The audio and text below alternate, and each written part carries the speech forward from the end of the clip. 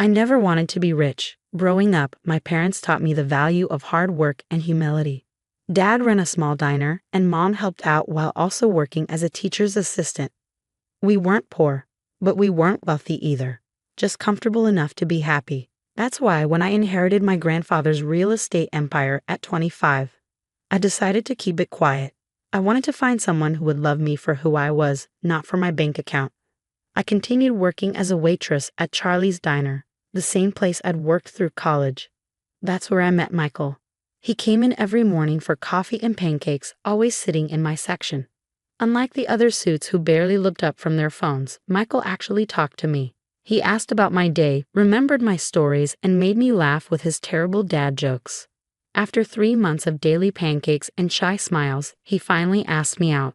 "I know this great little Italian place," he said, nervously fiddling with his tie.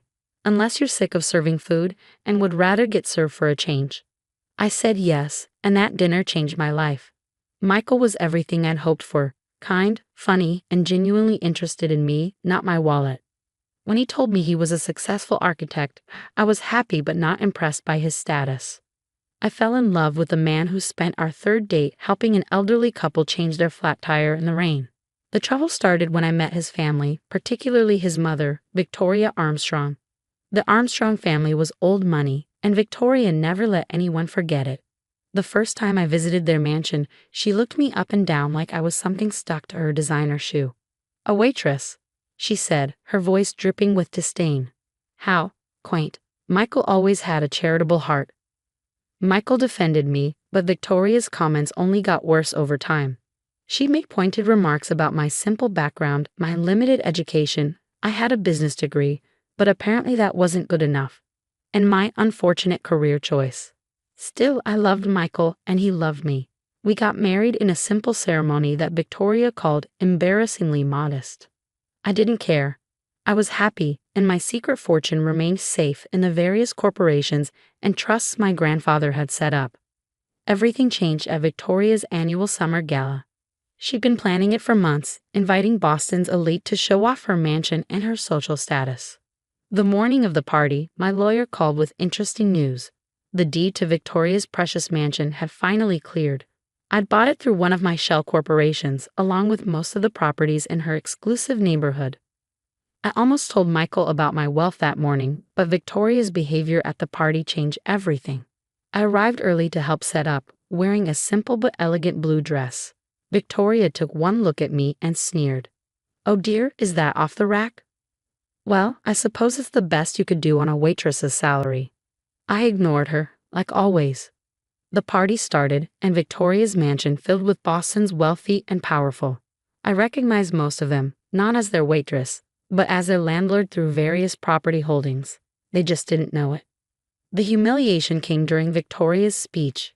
She stood on the grand staircase, champagne in hand, and began thanking everyone for coming. Then she spotted me trying to blend into the crowd. "Oh, and let's not forget our special guest," she said, her voice carrying across the marble foyer. "My son's wife, the waitress. You know, sometimes I think Michael married her just to spite me.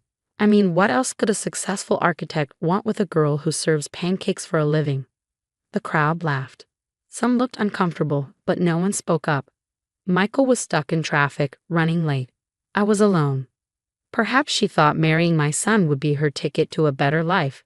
Victoria continued, clearly drunk on both wine and attention. "But darling, you'll always be what you are. A worthless waitress playing dress-up in our world." I felt hundreds of eyes on me. Victoria's words hung in the air, sharp and cruel. But instead of crying or running away, I smiled. A calm, knowing smile that seemed to unnerve Victoria slightly. "Thank you for your hospitality, Victoria," I said quietly. "I'll see myself out." As I walked to my car, I pulled out my phone and called my lawyer. "John, remember that renovation clause in the new rental agreement? Let's put it into action, first thing tomorrow morning." I drove home to wait for Michael, knowing that Victoria's perfect world was about to crumble. The next morning would bring a surprise that would wipe the smug smile off her face forever.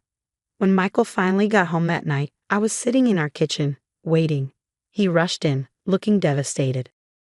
"I heard what happened," he said, pulling me into a hug. I'm so sorry, Mom was completely out of line. I'll talk to her, make her apologize.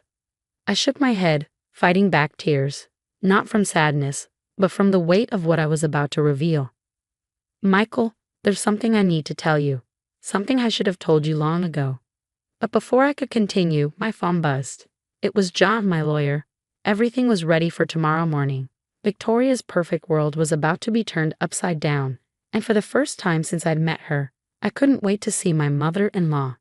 The next morning dawned bright and clear. I woke up early, my heart racing with anticipation.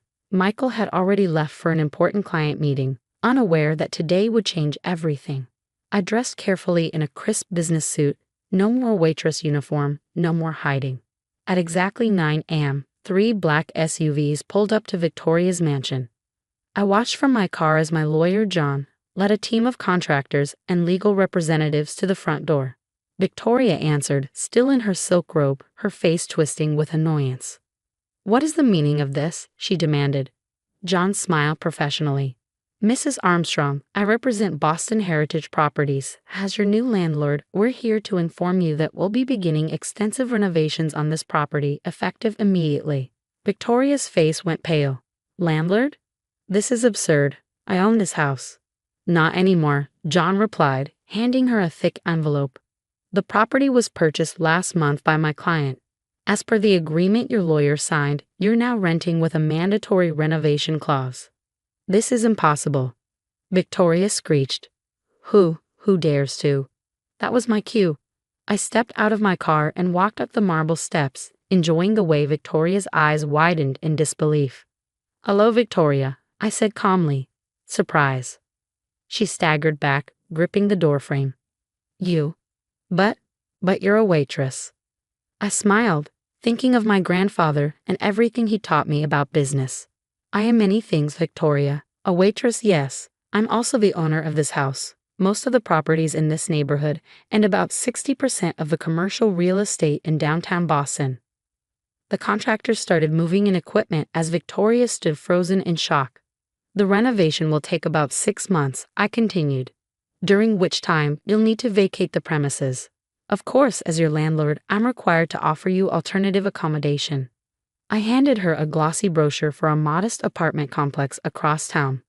"It's not quite up to your usual standards, but it's the best I could do on such short notice. Unless you prefer to stay with your sister in Connecticut." Victoria's face turned an alarming shade of red. He planned this. All along, you were just waiting to humiliate me."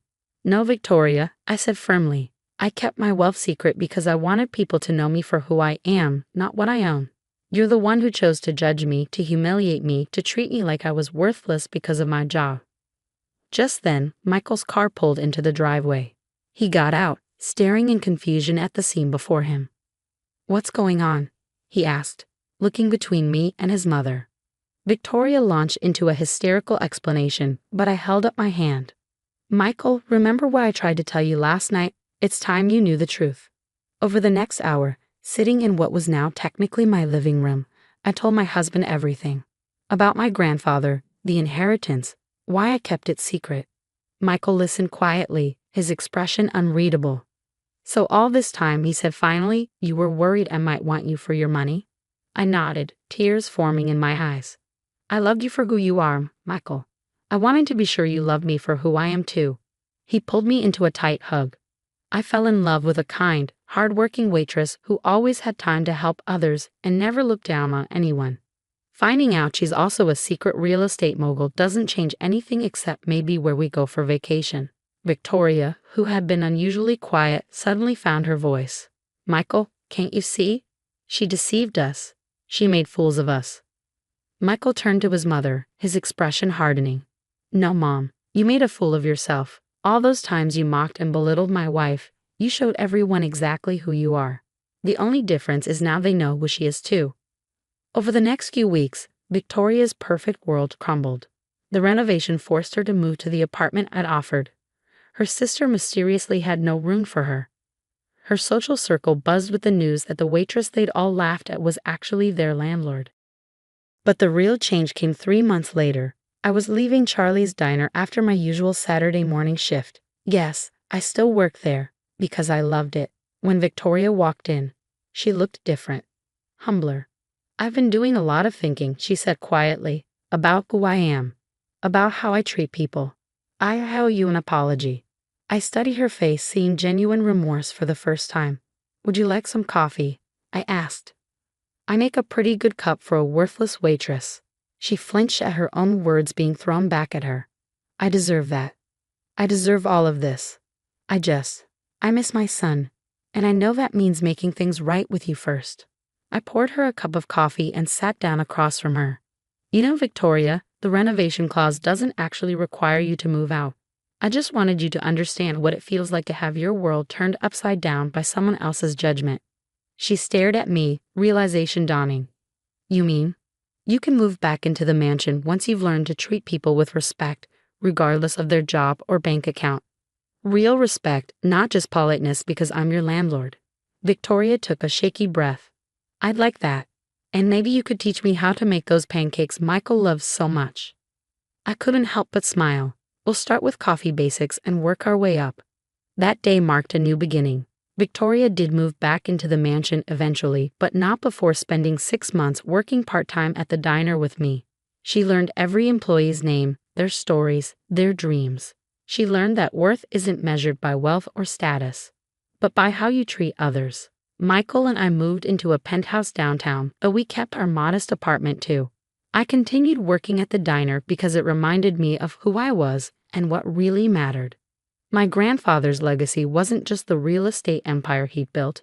It was the values he taught me about hard work, humility, and treating everyone with dignity. Every Sunday now, Victoria joins us for brunch. She makes the coffee herself, and nobody cares that it's not quite as good as mine. What matters is that she finally understands. True worth isn't about owning a mansion. It's about being the kind of person who deserves to live in one. As for me, I'm still that waitress who serves pancakes with a smile. I'm also a wife, a businesswoman, and now, surprisingly, a mother-in-law's teacher in the art of humility. But most importantly, I'm myself. And that's worth more than all the mansions in Boston.